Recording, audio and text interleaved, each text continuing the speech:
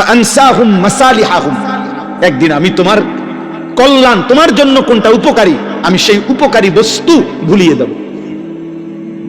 ফাআনসাহুম আওয়াকিবাহুম, তোমার পরিণতি ভুলায় দেব, তোমার পরিণতি তোমার মনেও থাকবে না।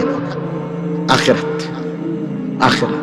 বয়স্ক মানুষ কথাবার্তা নাফরমানির মধ্যে ডুবা, কোনো চিন্তাও নাই, চেহারা সুরতের মধ্যে কোনো ভাঁজও নাই।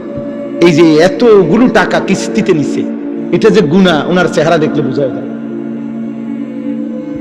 আজকে এতদিন সুদ খায়, চেহারা দেখলে একটু ভাঁজও নাই চেহারার মধ্যে।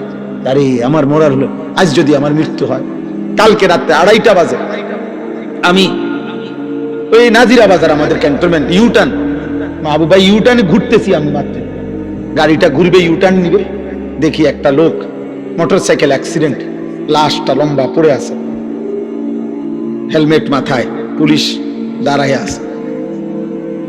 এক নজর তাকায় দেখলাম কোচা কোচা দাড়িও আছে মুখটার মধ্যে।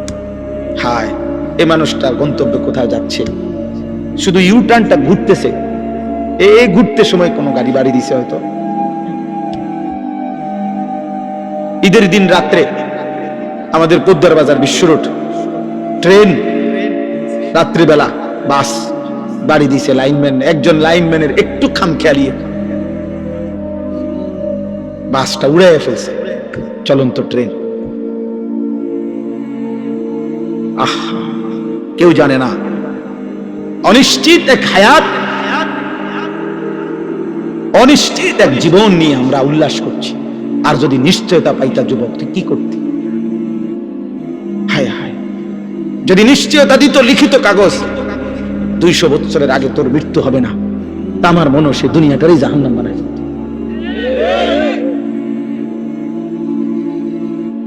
যে জানে যে কোনো সময় মৃত্যু হইতে পারে, এরপরও যার উল্লাস এত, এরপরও যে এত বড়, এক ওয়াক্ত নামাজ পড়ে না, দিন নাই রাত নাই, এত নারী ছবি উলঙ্গ দৃশ্য দেখে, এই মানুষটি জানোয়ার যদি 900 বছরের হায়াতের নিশ্চয়তা পাইতো, কি করত? বুঝেন? কি করত? আস্তাগফিরুল্লাহ, আস্তাগফিরুল্লাহ। 30 দিনের একটি পূর্ণ মাস রমজান আল্লাহ তাআলা আমাদেরকে দিয়েছেন। আল্লাহ তাআলা আমাদেরকে দিলেন, আল্লাহ যেন বললেন, বান্দা আমি নিজের হাতে, আমি রমজানটাকে আমি আল্লাহ নিজ হাতে সাজাইছি। একদিকে রোজা তো আরেক দিকে তারাবি, একদিকে ইফতার তো আরেক দিকে সাহারি, একদিকে ইতিকাফ তো আরেক দিকে শবে কদরের বেজর রাত আমি সাজাইছি। প্রথম দশক রহমত, মাঝখানের দশক মাগফিরাত, শেষ দশক জাহান্নাম থেকে নাজাত। প্রত্যেকটা আমলে কমপক্ষে সর্বনিম্ন 70 গুণ বৃদ্ধি। জাহান্নামের দরজা বন্ধ, তোমারে গুনাহ করায় যেই শয়তান, সে শিকলে বন্দী। দরজা শুধু খোলা একটাই, জান্নাত।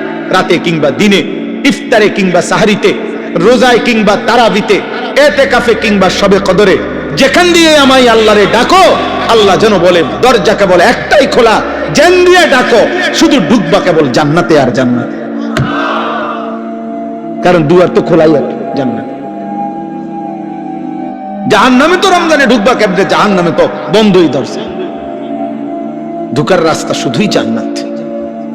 এত বড় শ্রেষ্ঠতম মাস, এত বড় সাজানো ফজিলতপূর্ণ মাস, যাদের উপর দিয়ে আমরা পার হইল 30 দিন পূর্ণ, 5টা জুমা এবছর রমজানে আল্লাহ তাআলা আমাদেরকে দান করছেন। 5টা জুম্মা, স্বাভাবিক তো 4টা জুমা হয়, এইবার 5টা জুমা, শেষ দিন জুমা হওয়াতে 5টা হয়েছে। 5টা জুমা দিলেন, পূর্ণ 30 দিন দিলেন। এত ভাবে আল্লাহ তাআলা সাজাইয়া, যার উপর দিয়া এই রমজান পার হইল। রমজানের প্রথম দিন মানুষের মৃত্যু হয়েছিল, বাংলাদেশে মানুষ মরছিল। শেষ দিন, মাঝখানের দিন, তাহলে প্রতিদিন তো কত মানুষের মৃত্যু হয়েছে। এর ভিতর দিয়ে আল্লাহ আমাকে, আপনাকে, কিশোর যুবক, তোমাকে, বয়স্ক বাবা, আপনাদেরকে আল্লাহ যে হায়াত দিয়ে এই পর্যন্ত 5টা শেষ করলেন, যাদের উপর দিয়া একটা পূর্ণ রমজান গেল, এত বড় শ্রেষ্ঠতম মাস গেল, তো রমজান পরবর্তী দেখার বিষয় তো হইল যে আমাদের জীবনের অর্জন কি হল। যারা রমজানের আগে বিড়ি খাইতেন, সিগারেট খাইতেন, কিস্তি নিতেন, নাচ দেখতেন, গান শুনতেন, নাটক দেখতেন, মোবাইল দেখতেন, সিনেমা দেখতেন, টেলিভিশন দেখতেন, আপনার সামান্য কোনো পরিবর্তন হয়েছে কিনা চাচা বলেন? রমজানের আগে যারা 5 ওয়াক্ত নামাজ জামাতে পড়তেন না, রমজান শেষ হয়েছে, এখন বলেন এত বড় শ্রেষ্ঠতম রমজান পাওয়ার পরে এখন আপনার হালাত কি একটু শুনুন। সুদখোর আপনি বলেন, ঘুষখোর বলেন, কিস্তিখোর বলেন, মোবাইল যারা নারী ছবি দেখতে অভ্যস্ত ছিল যুবক ভাই, রমজান তোমাদের উপর দিয়েও গেছে, বলো তোমাদের জীবনের পরিবর্তনের কোন গল্প থাকলে শোনাও। যদি কিছুই পরিবর্তন না হয়, যেমন ছিলাম তেমনই, তাহলে এই একটা মাস কার উপর দিয়ে গেল? আল্লাহ তাআলার এত বড় মাসকে এভাবে বৃদ্ধাঙ্গুলি দেখাইলেন, এভাবে প্রত্যাখ্যান করলেন। আস্তাগফিরুল্লাহ, আস্তাগফিরুল্লাহ।